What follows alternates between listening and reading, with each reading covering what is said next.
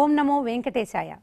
శ్రీ వెంకటేశ్వర భక్తి ఛానల్ వారు సమర్పించు అనగనగా ఒక కథ కార్యక్రమానికి స్వాగతం.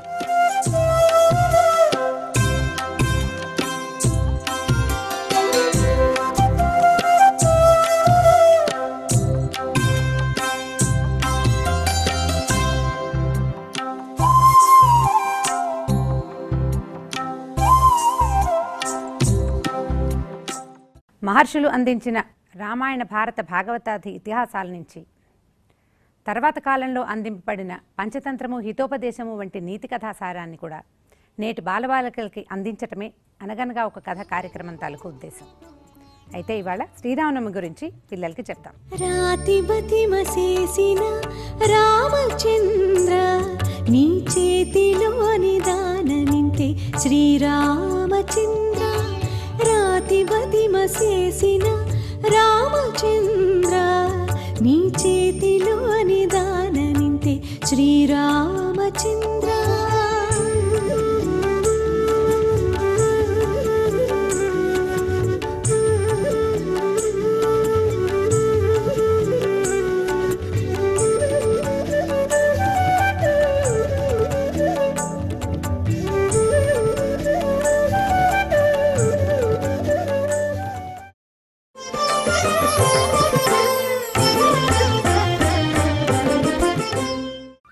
శ్రీరామనవమిని పండగ పర్వదినము అని చెప్పాలి. శ్రీరామనవమి అనగానే సాధారణంగా మనకి ఏమర్థమవుతుంది? రాముల వారి పుట్టినరోజు కదా. రాముల వారి పుట్టినరోజు, రాముల వారు తిరిగి మళ్ళీ అయోధ్యకి వచ్చిన రోజు కూడా ఈ శ్రీరామనవమి నాడే వచ్చారట. నవమికి కొంచెం ముందు వచ్చారు. నవమి నాడు వారిని ఆహ్వానించి దశమి నాడు పట్టాభిషేకం చేశారు రాముల వారికి. అందుకని ఇప్పటికీ భారతదేశంలో అన్ని చోట్ల రామనవమిని పుట్టినరోజుగా జరుపుతూ మన తెలుగు ప్రాంతాల్లో మాత్రం కళ్యాణాన్ని కూడా, సీతారాముల కళ్యాణాన్ని కూడా చేస్తారు. సీత లేని రాముడు ఎప్పుడూ శోభించడు. సీతాదేవితోటే రాముల వారి గుర్తింపు. ఆయనకి సీతారాముడు అనిపించుకోవటమే ఇష్టం. అందుకని సీతాదేవితో వివాహం చేస్తూ అమ్మవారిని, సీతాదేవిని, రాముల వారిని ఇద్దరిని తర్వాత మరుసటి రోజున పట్టాభిషేకం చేస్తూ ఆయన అన్నదమ్ములతోటి లక్ష్మణ భరత శత్రుఘ్నుల్ని కూడా తలుచుకునేందుకు ఒక ఉద్దేశంగా పెట్టుకుని ఇట్లా కళ్యాణం జరిపిస్తున్నారు. కలియుగానికి ముందు ద్వాపరయుగం, అంతకుముందు త్రేతాయుగం, అంతకుముందు కృతయుగం, 4 యుగాలని చెప్తాం కదా. అయితే రెండో యుగమైన త్రేతాయుగం నాటివాడు రాముడు. త్రేతాయుగం నాటి రాముణ్ణి ఇప్పుడు కూడా మనం ప్రతిసారి, ప్రతిరోజు, ప్రతి క్షణము కూడా తలుచుకుంటూ ప్రతి సంవత్సరం ఆయన పుట్టినరోజు పండగని మన ఇంటి పండగగా, మన ఇంట్లో వాళ్ళ పుట్టినరోజు పండుగగా చేసుకుంటున్నామంటే ఆ గొప్పతనం ఏమిటంటే రాముల వారిదే ఆ గొప్ప. ఆయన పరిపూర్ణ మానవుడు, అంటే మనిషి అన్నవాడు ఎట్లా ప్రవర్తించాలో ప్రపంచానికి నేర్పించాడు. ఆయన ముందు కానీ ఆయన తర్వాత కానీ ఆయన లాంటి పరిపూర్ణ వ్యక్తిత్వం ఉన్న మానవుడు లేనేలేడు. మర్యాదా పురుషోత్తముడు రాముడు. ఆయన తండ్రికి 3 భార్యలు ఉన్నారు. అయితే ఆయనకు ప్రథమ కుమారుడైన రాముడికి మాత్రం ఒకే భార్య, ఏకపత్ని వ్రతుడు. మానవులు ఏకపత్ని వ్రతులుగా ఉండాలని మొట్టమొదట ప్రపంచానికి తెలియజేసిన ఏకైక చక్రవర్తి రామచంద్రుడు. తర్వాత ఆయన రేపు రాజవుతాడనగా, రేపు రాజవుతాడు, రేపొద్దున చక్రవర్తి కాబోతున్నాడు, రేపొద్దున యువరాజు అయ్యి తర్వాత చక్రవర్తి అవుతాడు. అలాంటి క్షణంలో తండ్రిని పినతల్లి అడిగిన వరాల ప్రకారం నువ్వు అడవికి వెళ్ళిపో అంటే, ఈ రాజ్యం నాది, నీకేం సంబంధం, అసలు నువ్వెవరు అన్న మాట అనకుండా, ఈ కాలంలో అయితే అది తప్పనిసరిగా అంటాం, ఒక్క వాక్యం కూడా ఎదురు మాట్లాడకుండా అడవికి వెళ్ళడానికి సిద్ధపడ్డాడు. అడవికి వెళ్ళిపోయాడు. ఆయనతో పాటు ఆయన భార్య, తమ్ముడు అనుసరించి వెళ్ళారు. తండ్రి మరణించిన తర్వాత ఆ రాజ్యం తీసుకోవాల్సిన భరతుడు, నాకు రాజ్యం వద్దు, నువ్వే తీసుకో, నువ్వు వచ్చేసేయి, నీకు ఆజ్ఞ ఇచ్చిన నాన్న లేనే లేడు, నువ్వు వచ్చి రాజ్యం చెయ్యి అని అడిగినా కూడా నేను ఆడిన మాట తప్పను, నాన్న మరణించినా కూడా ఆయనకిచ్చిన మాట నేను జవదాటను, 14 ఏళ్ళు అడవిలో ఉంటానని తండ్రి గారికి మాట ఇచ్చా, ఆయన ఉన్నా లేకపోయినా నా మాట నేను పాటించాల్సిందే అన్న ఒక వాక్యం మీద నిలబడ్డందుకే రాముడు ఇప్పటికీ మన జీవితాల్లో నిలబడ్డాడు. ఆడిన మాట తప్పకుండా ఉండటం, ఏది చెప్తే అది చేయాలి, చేస్తానన్న మాట మీద నుంచి తిరగకూడదు. అది రాముడు ప్రపంచానికి నేర్పించాడు. రాజకుమారుడు హాయిగా కులాసాగా గడపవలసిన వాళ్ళు అడవిలో వెళ్ళి ఎన్ని రకాల ఇబ్బందులు కష్టాలు పడ్డారో, వాళ్ళ వంట వాళ్ళు చేసుకుని, వాళ్ళ పనులు వాళ్ళు చేసుకుని, సమస్తము వాళ్ళే చేసుకుంటూ అయినా కూడా సంతోషంగానే ఉన్నారు. అంటే మనుషుల వ్యక్తిత్వం సరైంది అయితే వాళ్ళని కష్టాలు నష్టాలు ఏమీ ఇబ్బంది పెట్టవు. వాళ్ళు ఎక్కడైనా సరిగ్గానే ఉంటారు. మనుషులు మనుషుల్లాగా ఎలా ఉండాలో నేర్పించిందే రామాయణం. అందుకని ఇన్ని వేల సంవత్సరాలైనా రామాయణం చెరగని ముద్ర వేసింది భారతీయుల మీద. రాముడు ఎప్పటికీ తరగని సంపదగానే మన చేతుల్లో మన మనసుల్లో ఉండిపోయాడు. కింద కూర్చుంటూ పైకి లేస్తూ కూడా రామ అంటాం, పొరపాటు చేస్తే అయ్యో రామ అంటాం. అంత గొప్ప రాముణ్ణి నిరంతరం తలుచుకుంటూ ఆయన తాలూకు అన్ని గొప్ప లక్షణాలు కాకపోయినా కొన్ని లక్షణాలనైనా మన జీవితాల్లో భాగం ఇవ్వాలని వాటికైనా కనీసం ఒకటి తీసుకో, రెండు తీసుకో, అన్నీ చేయలేకపోతావు. ఒకటి రెండిటినైనా నువ్వు దాన్ని పాటించాలి, నువ్వు మనిషిగా నిలబడాలి అంటే రామాయణమే ఆదర్శ కావ్యమని, రాముడే ఆదర్శ జీవుడని మనకి రామాయణం తెలియజేస్తుంది. ఇలాంటి కథని మన జీవితాల్లో నిత్యము పారాయణ గ్రంథంగా ఉంచుకోవాలి, ఎప్పుడూ చెప్పుకునే కథగా ఉంచుకోవాలి. ఏదైనా అబ్బాయి అంటే బాగున్నాడంటే రాముడిలాగా మంచివాడు, రాముడు మంచి బాలుడు కదా. చాలా గొప్ప రాజ్యం అంటే రాముడిదే రాజ్యం. రాముడి తర్వాత రాజులు లేరు, బోల్డ్ మంది ఉన్నారు, బోల్డంతమంది ఉన్నారు, బోల్డ్ అని రాజ్యాలు ఉన్నాయి. కానీ రామరాజ్యానికి మాత్రం తిరుగే లేదు. అంత సరైన వ్యక్తిత్వాన్ని మనుషులకి అందించిన వాడే శ్రీరాముడు. అయితే ఇక రాముడి మీద ఒక మంచి పాట విందామమ్మా. ఎవరు పాడతారు? మధువా, నువ్వు పాడమ్మా. రామ రామ శ్రీరామ రామాయణి రాముల శివకురారేమయ్యా, రాముల శివకురాని వారు దుష్ట కామర్లై పామర్లై పోయేరయ్యా. రామ రామ శ్రీరామ రామాయణి రాముల శివకురారేమయ్యా, రాముల శివకురాని వారుల దుష్ట పామర్లై పామర్లై పోయేరయ్యా. మట్టు మీది ద్రవ్యమాజించి తెచ్చేయు చుట్టాలకు పెట్టి త్రుళ్ళేరయ్యా. పట్టిది దేహము పట్టు వదలగమి చుట్టాలెవరైనా ముట్టారయ్యా. రామ రామ శ్రీరామ రామాయణి రాముల శివకురారేమయ్యా, రాముల శివకురాని వారు దుష్ట కామర్లై పామర్లై పోయేరయ్యా. చదువులెల్లా చదివి సారజ్ఞులయ్యుండి సరగుణ హర్యానాలేరేమయ్యా. అదిరి బదిరి చిత్త మళ్ళీనప్పుడు మీ చదువుల్ సంధ్యాలేమౌనయ్యా.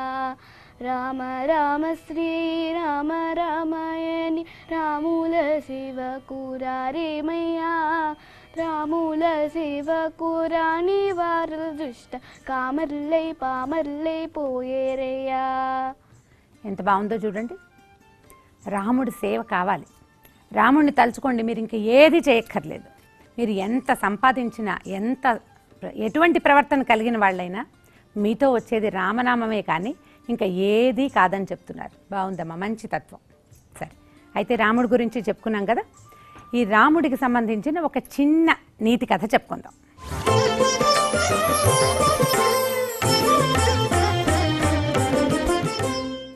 పూర్వం ఇప్పటి మనకంటే చాలా ముందు కాలంలో గురువాశ్రమాలు ఉండేవి, అంటే గురుకులాలు, స్కూళ్ళు ఉండేవి కాదు.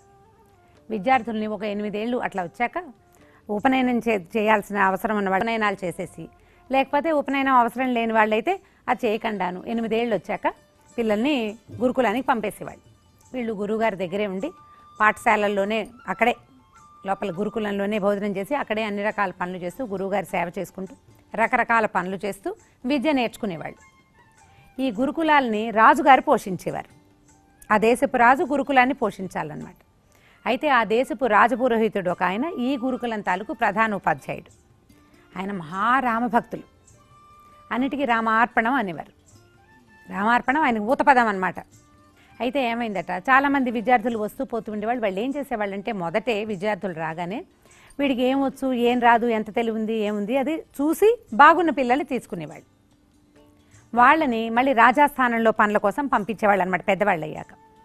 అయితే ఒక బసవడని ఒక కుర్రాడు వచ్చాడు గురుకులానికి. ప్రతి సంవత్సరం ఇలా చైత్రశుద్ధ పాడ్యమి అటు ఇటుగా ఉగాది పండుగ రోజున పరీక్షలు జరిగేవి. ఈ పరీక్షల్లో సెలెక్ట్ అయిన పిల్లల్ని ఉంచుకునేవాళ్ళు, సెలెక్ట్ కాని పిల్లల్ని పంపేసేవాళ్ళు.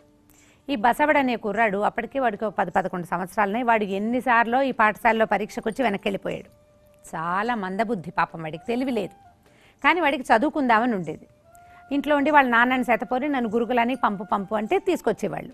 పరీక్షలో ఫెయిల్ అయ్యేవాడు, వెనక్కి వెళ్ళిపోయేవాడు. ఓ 12 ఏళ్ళు అలా వచ్చాయి. అప్పటికి 4 సార్లు వెనక్కి వెళ్ళాడు.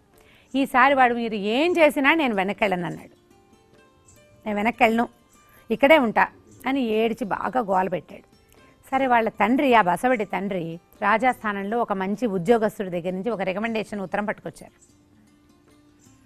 వాడికి రాపోయినా సరే పిల్లాడు ఇంట్లో ఉండి గురుకులం కోసం దిగులు పెట్టుకుంటున్నాడు, ఇక్కడే ఉంచుకోండి, ఏదో పని చేస్తూ ఉంటాడు, వాడికి ఏదొస్తే అది వస్తుంది, వాడు ఎన్నాళ్ళు ఉండదలుచుకుంటే అన్నాళ్ళు ఇక్కడ ఉంచండి అని ఒక కాగితం రాజుగారి దగ్గర నుంచి ఒక కాగితం రాయించి రాజస్థానంలో ఉన్న ఉద్యోగం ఒక ఆయన ముద్రేసి ఇచ్చాడు. ఆ కాగితం తెచ్చాడు కాబట్టి ఆ బసవడిని కూడా ఉంచుకున్నారు. అయితే వీడికి ఏమీ రాదు. ప్రతి పిల్లల క్లాసులోనూ వెళ్ళి కూర్చునేవాడు, అంతే. కాసేపు అయ్యాక లేచి వెళ్ళిపోయాడు. వాడికి ఏం అర్థం కాదు, వాడి బుర్రకెక్కదు.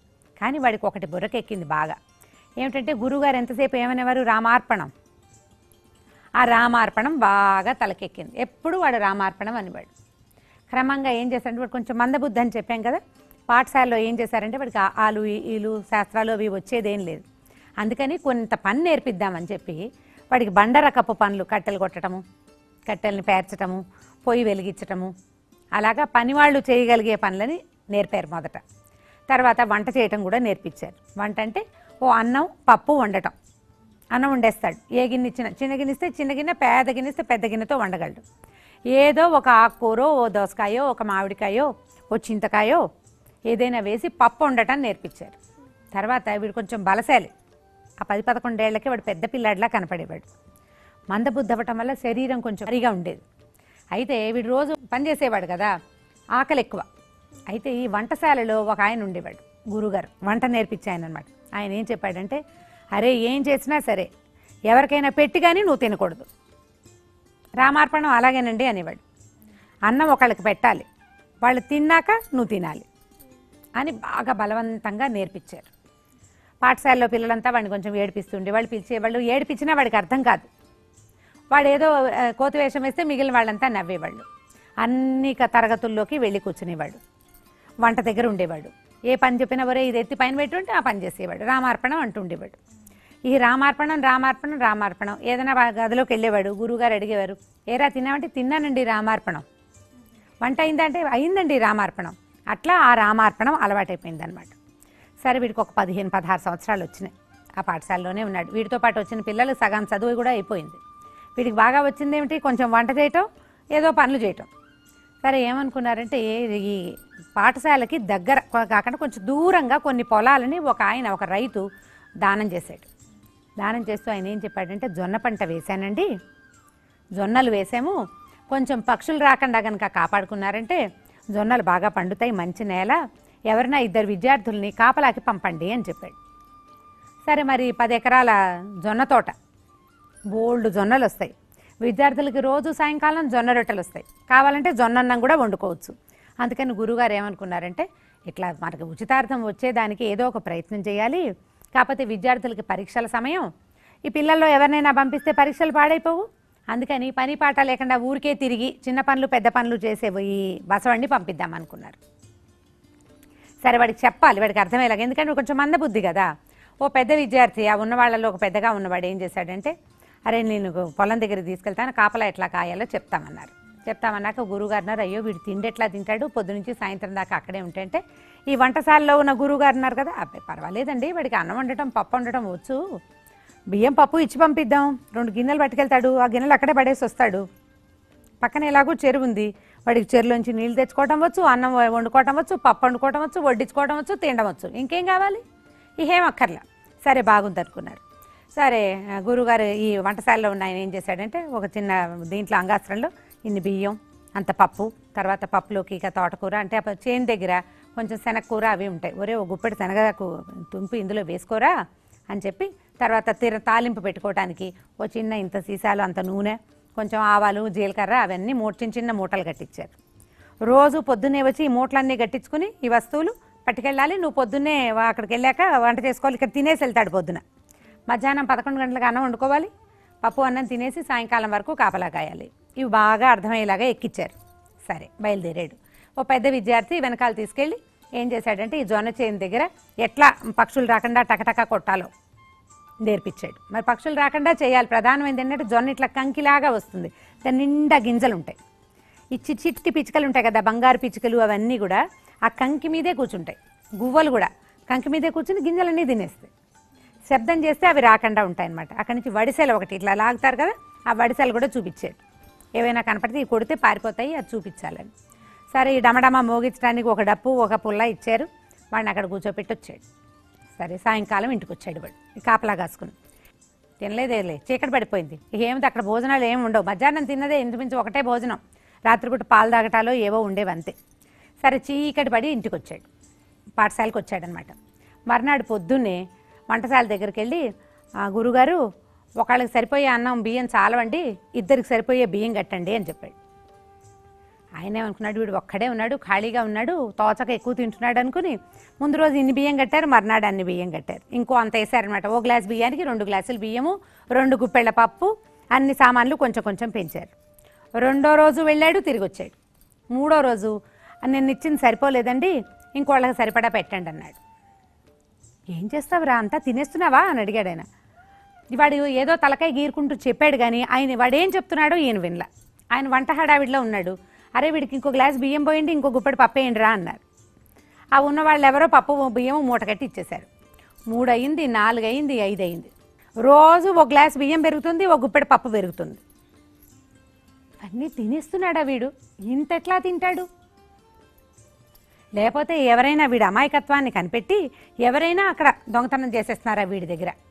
ఆయనకు అర్థం కాలే.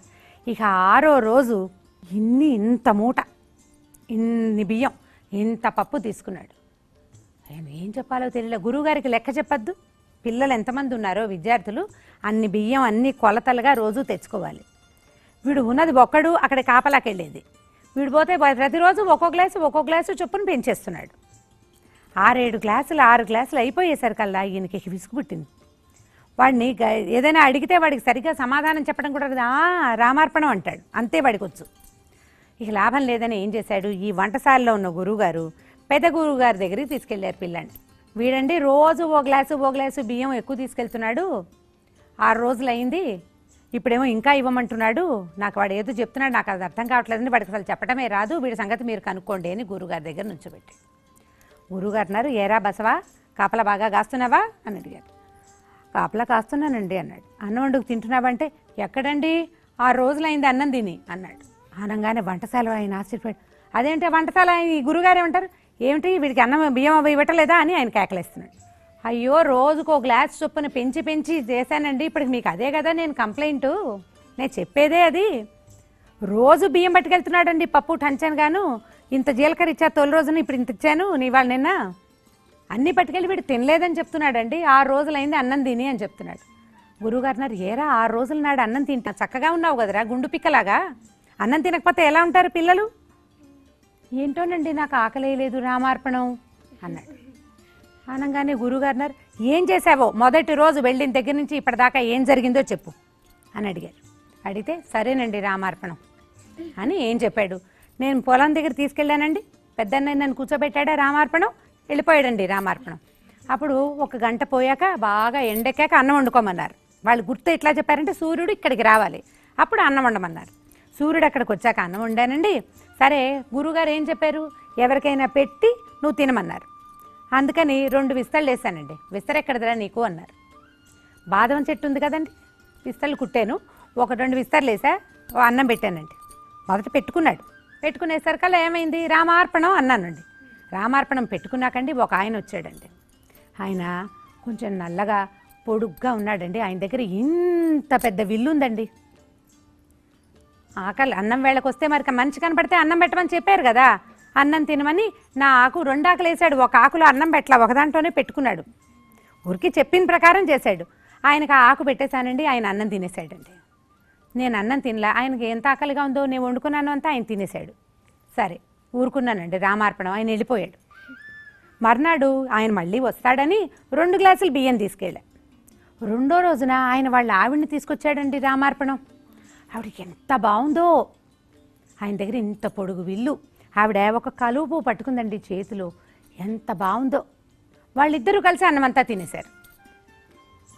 రెండో రోజు ఆయన వస్తాడని ఆయనకో ఆకు నాకో ఆకు 2 ఆకులు వడ్డించుకుంటే రామార్పణం వాళ్ళిద్దరూ తినేశారు. మూడో రోజు మళ్ళీ 3 గ్లాసులు పట్టుకెళ్తే వాళ్ళ తమ్ముట ఈయన తెల్లగా ఉన్నాడు. ఎంత తెల్లగా ఉన్నాడు, మెరిసిపోతున్నాడు. ఈయన దగ్గర ఇంత పెద్ద పొడుగు ధనుస్తుంది. ఆయన వచ్చాడు. ముగ్గురికి 3 ఆకులు వేసానండి, రామార్పణం వాళ్ళు తినేశారండి, రామార్పణం వెళ్ళిపోయారండి. గురువుగారికి అర్థం కాల. ఒక్క క్షణం అయ్యాక వీడికి ఇన్ని మాటలు రావు, ఇలా మాట్లాడుతున్నాడు ఏంటా అనుకుంటున్నారు. వాడికి అంత మాటలు రావు, ఊరికే తలగీక్కుంటూ కొంచెం సమాధానాలు చెప్తాడు. 4వ రోజు మళ్ళీ పట్టుకెళ్ళానండి. ఈసారి మళ్ళీ ఆయన తమ్ముడు వచ్చాడండి. ఆయనేమో ఆ పెద్ద ఆయనలాగానే ఉన్నాడండి. ఆయన దగ్గర ధనుస్తుంది. వాళ్ళు వచ్చేసరికి ఒక్క పిట్ట కూడా రాలేదండి. 4 కూర్చున్నారు, అన్నం తినేశారండి, రామార్పణం అయిపోయింది. 5వ రోజు ఇంకా లాభం లేదని మళ్ళీ పట్టుకెళ్ళానండి ఎక్కువ. ఈసారి వాళ్ళ ఇంకో తమ్ముట్ట ఈయన కూడా భలేగా ఉన్నాడండి. ఎంత బాగున్నారో వాళ్ళు. వాళ్ళని చూస్తుంటే నాకు ఆకలి వేయలేదండి. రామార్పణం వాళ్ళే తినేశారు. వండిందంతా తినేస్తున్నారు వాళ్ళు. 4 ఆకలేస్తే 4, 5 ఆకలేస్తే 5. ఇక 6వ రోజు అండి వాళ్ళ బంటుటండి. ఒక ఆయన వచ్చాడు. ఆయన ఏంటో వింతగా ఉన్నాడు. ఆయన దగ్గర ఇంత లావు అంత పొడుగున్న గద ఉందండి. ఆయన కూడా వచ్చి కూర్చున్నాడు. గురువుగారు కుర్చీలో కూర్చున్నారు.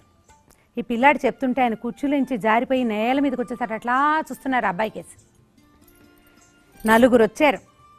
ఒక ఆవిడ కూడా వచ్చింది. అక్కడికి 5. 6వ వాడు వాళ్ళ బంటు. అతని దగ్గర గద ఉంది. వాళ్ళ దగ్గర ధనుసులున్నాయి అనగానే ఈ గురువుగారికి ఒక పిక్చర్ ఇట్లా కంటి ముందుకి రావటం మొదలుపెట్టింది. ఒక ఆయన పొడుగాటి నల్లటివాడు. ఆయన పక్కన ఒక కలువ పువ్వు పట్టుకుని ఒయ్యారంగా సౌందర్యవతి అయిన ఒక స్త్రీ. ఆయన వెనకాల 3 అవే కోదండాలు పట్టుకున్న 3 వ్యక్తులు. వాళ్లతో పాటు గద పట్టుకున్న ఒక బంటు. పిక్చర్ వచ్చిందా? అది ఇది చూసే అది కనపడేసరికి ఆ గురువుగారు నిర్ఘాంతపోయారనమాట. ఒరే వాళ్ళు నీకు కనిపించారా రామార్పణం అని అడిగారు. అడగంగానే కుర్రాడు అన్నాడు, రామార్పణం నిజమండి, నిజంగా వాళ్లే వచ్చి తినేశారు. ఇక రేపు ఎంతమందిని తెస్తారో అని కొంచెం ఎక్కువ ఇవ్వమన్నానండి, వంట గురువుగారు ఇవ్వనంటున్నారండి రామార్పణం అన్నాడు. గురువుగారు అసలు మామూలు ఎక్సైట్మెంట్ రాలేదు ఆయనకి. వీడికి చదువు రాదు, వాడికి ఏమీ రాదు, సరిగ్గా మాట్లాడటం రానివాడు. ఇన్ని వాక్యాలు. ఒక ఆయన పొడుగ్గా ఉన్నాడు, నల్లగా ఉన్నాడు, బలంగా ఉన్నాడు, ఒక ఆవిడ అందంగా ఉంది, ఒకళ్ళు బంగారు రంగులో మెరుస్తున్నారు, ఒకడి దగ్గర గద ఉంది, ఇంకోళ్ళ దగ్గర కోదండ ఉంది. ఇన్ని వాక్యాలు వాడికి వచ్చినాయంటే వీడు ఏ స్వరూపాన్ని కంటితో చూడగలుగుతున్నాడు కదా. వాడికి బుద్ధి వికసించేసింది. అది చదువుకి అందే బుద్ధి కాదు, మామూలు విద్యని మించిన విద్య, పరావిద్య వీడి బుద్ధికి తగిలింది అని ఆయనకు అర్థమైంది. అర్థం అవటం ఏంటి, ఆయన గబగబా లేచి అరే పరిగెత్తండి రా అందరం కలిసి మనం అక్కడికి వెళ్దాం పొలానికి, ఇవాళ బోళ్ళంతమంది చుట్టాలు వస్తున్నారు మనకని కేకలు పెట్టి అరిచాడు. అరిచి ఏం చేశాడంటే ఒక బండి నిండా బియ్యము పప్పు సామాన్లు అన్నీ మోసుకెళ్ళారు అక్కడికి. పెద్ద పెద్ద గుండిగలు పెట్టించి వంట చేయించారు. అంతకుముందు కుర్రాడు ఏం చేసేవాడు, 3 రాళ్ల పొయ్యి పెట్టి అంత అన్నం వండి పక్కన పెట్టి ఇంత పప్పు వండి పక్కన పెట్టేవాడు. పప్పు అన్నమే తిన్నారు వచ్చిన వాళ్ళు, అంతేగా వండాడు. ఇంకేం వాడికి పదార్థాలు ఏమీ లేవు, చారు మజ్జిగ స్వీటు పాయసం ఏమీ లేవు, పప్పు అన్నం అంతే. ఇప్పుడు ఏం చేశారు, గుండిగలు పెట్టి బోలెడంత వంట వండించారు. ఇక అందరూ చూస్తున్నారు. రాముల వారు వచ్చేస్తాడు, సీతాదేవిని తెస్తాడు, భరత లక్ష్మణ శత్రుఘ్నులు 3 వచ్చేస్తారు, ఆంజనేయ స్వామి కూడా వస్తాడని. 12 అయింది, 1 గంట అయింది, ఎవ్వరూ రాల. గురువుగారు అంటున్నారు మనకి రారు, మనం పిలిస్తే వీడు పిలిస్తే వస్తారని. బసవా విస్తళ్ళు వేయిరా, వేసి నువ్వు కూడా ఆకు వేసుకో, రామార్పణం అని పిలువు. వీడు రామార్పణం అంటేనే వస్తున్నారు వాళ్ళు. వాడు ఆకు పెట్టుకుంటున్నాడు, పెట్టుకుని రామార్పణం అనగానే ఆయన వచ్చాడు, రామార్పణం అనగానే ఆవిడని తీసుకొచ్చాడు, మళ్ళీ రామార్పణం అనగానే తమ్ముడు, అట్లా వరుసగా తీసుకొచ్చాడు. అలా అని ఆకులు వేసేయమన్నారు. ఆకులన్నీ వేసేసాడు, అన్నిట్లలో వడ్డం చేశారు. వడ్డం చేశాక వీడు నువ్వు కూర్చోరా అన్నారు. ఒక ఆకు దగ్గర వాడు కూర్చున్నాడు. కూర్చుని రామార్పణం అన్నాడు. అనగానే కొన్ని 100 కోతులు వచ్చినాయి అక్కడికి. ప్రతి కోతి చాలా శ్రద్ధగా ఆకు ముందు కూర్చుని పెద్ద మనిషిలాగా చేతులు ఆకుల్లో పెట్టి చక్కగా తినేయటం మొదలుపెట్టినాయి. సుశిక్షితులైన సైనికుల్లాగా తినడం నేర్పించి పంపించారు వాటికి. చక్కగా ఆకుల ముందు కూర్చుని ఈ మొత్తం గురువుగారు ఆయన శిష్యులు ఇంకా చాలామంది ఉపాధ్యాయులు అందరూ చూస్తూ ఉండగా కిష్కింధాపుర అగ్రహారం నుంచి వచ్చినటువంటి వానర సైన్యం మొత్తం వీళ్ళు వండిన వంట మొత్తం తినేసింది. ఆ బసవడు పెట్టుకున్న ఆకులో పదార్థం మాత్రమే ఉంది. వాళ్ళు మిగులుస్తారు, వాళ్ళందరినీ చూద్దామని అనుకున్నారు. అప్పుడు ఈ గురువుగారు చెప్పారనమాట, వీడు ఒక శుద్ధ చైతన్యం, వీడికి చదువు, దాని తర్వాత వచ్చే ఉద్యోగం, దాని తర్వాత రాబోయే జీవితం, దాని తర్వాత అనుభవించే జీవితం వేటి మీద లేదు. చదువుకోవాలనుకున్నాడు, అది వాడికి రాదు. భగవంతుడు వాడికి ఏం నేర్పదలుచుకున్నాడో అది వాడికి నేర్పించేశాడు. మామూలు వాళ్ళకి నేకేడైకి మాంసనేత్రానికి భగవంతుడు కనపడ్డు, జ్ఞాననేత్రానికి మాత్రమే కనపడతాడు. మనం ఇంత చదువుకున్నా, నేను ఇంతమందికి చదువు చెప్పగలిగేవాడినైనా నా జ్ఞాననేత్రం తెరుచుకోలేదు. అమాయకుడైన వీడిలో ఉన్న జ్ఞానాన్ని మాత్రం భగవంతుడు తెరిచి చూపించాడు. ఇది కదా విద్య అంటే, ఇదే చదువు. భగవంతుడిని తెలుసుకోవటమే నిజమైన విద్య. వాడు రామార్పణం అని నేను నోటితోటి అంటాను రోజు అలవాటుగా. వాడు త్రికరణ శుద్ధిగా రామార్పణం చేశాడు తను తినే ఆహారాన్ని. రాముడికి పెట్టాలన్న నమ్మకంతో ఇలా చేశాడు కాబట్టి వీడికి భగవంతుడు ఇట్లా కనపడ్డాడు. ఒకడు కాకుండా సపరివారంగా, ఏ పరివారంతో రాముడిని ప్రజలు గుర్తు చేసుకుంటారో ఆ పరివారంతో వీడికి దర్శనమిచ్చాడు.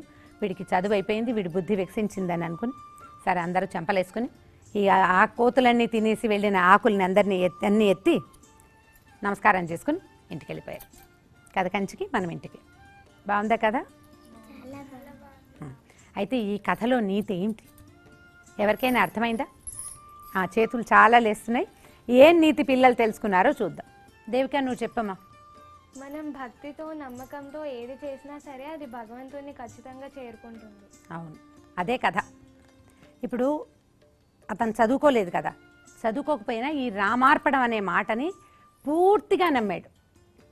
మనం చేసే పనిని రాముడికి అర్పించాలి, తినే ముందు ఇంకొకళ్ళకి పెట్టాలి, మన దగ్గర ఉన్న వస్తువుని ఇంకొకళ్ళకి సమర్పించాలి, ఆ సమర్పించేది రామార్పణంగా భావించాలి. ఏది తీసుకున్నా కూడా మన దగ్గరున్న దాన్ని రామార్పణంగా భావిస్తే భగవంతుడికి ఆ పిలుపు చేరుతుంది. మనకి కావలసింది ఏది భావిస్తావో అది కాదు, నీకు అవసరమైన దాన్ని భగవంతుడు ఇస్తాడు. బసవడికి ఏం కావాలి? జ్ఞానం కావాలి. ఆ జ్ఞానాన్ని భగవంతుడు ఇచ్చేశాడు. విన్నారు కదా, రామభక్తి భావాన్ని పెంచి పోషించే చక్కని భక్తి కథ మరియు నీతి కథ. దీంతో ఈ భాగం పరిసమాప్తం అయిపోయిందండి. వచ్చే భాగంలో మరిన్ని భక్తి కథలు మరియు నీతి కథలతోటి మళ్ళీ కలుసుకుందాం. ఓం నమో వెంకటేశాయ.